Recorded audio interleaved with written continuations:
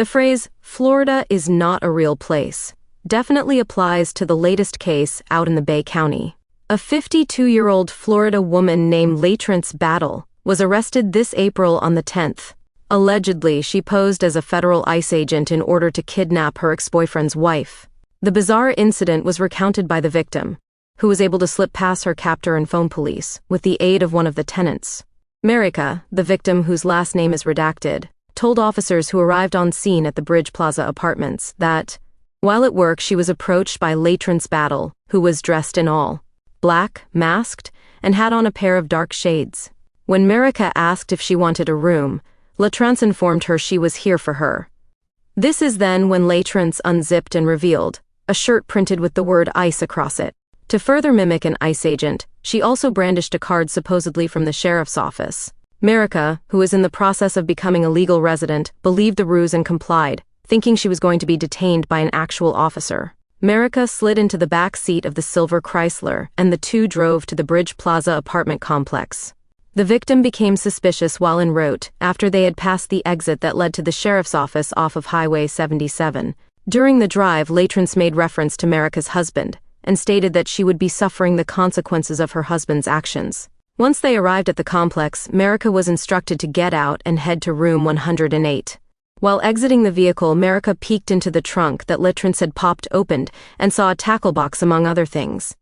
After Latrence went into the apartment, Marika could hear her inside shuffling things around and speaking with someone else. It is at this time she used the opportunity to flee to a neighboring apartment. Marika knocked on the Good Samaritan's window and asked if she could use his phone as hers was confiscated. While on call with police, Marika hid behind another vehicle because she saw Latrence come back out. It was then that Latrence made contact with the neighbor and asked him if he had seen a woman running. The neighbor asked why she had taken the victim's phone. "She knows what she did," was all she would say. Afterwards, Latrence got back in her vehicle, while Marika waited in the neighbor's apartment until officers arrived. You all must be wondering, what was the motive behind said kidnapping? Apparently, Latrence was the ex-girlfriend of Marlon, whose last name has also been redacted, who is the husband of Marika. Marlon informed police once he arrived on scene he had an order of restraint against Latrence after an incident that occurred 2 years prior, where Latrence showed up to his place of work and attacked him. Officers apprehended Latrence the following day in Fountain, Florida, as she attempted to flee to Alabama. 1033 down the main, 1033 on.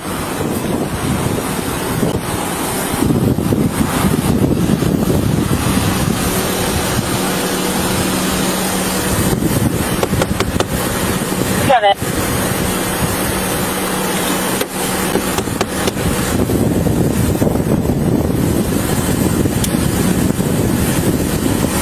Open the door! Sheriff's office! Roll your window down. Open the door!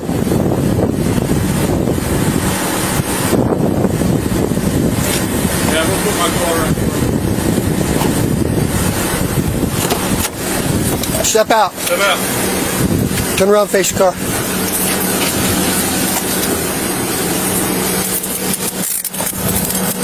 You can't do nothing right now. 445 Bay, lift to channel 1015. 1823 out.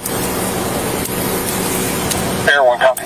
She now faces multiple charges including kidnapping with the intent to facilitate a felony, robbery by sudden snatching, falsely impersonating an officer during a commission of felony, and violating probation. Latrence is currently being held without bond at the Baycounty jail. A judge has ordered her to have no contact with the victim, and her arraignment is scheduled for May 2009.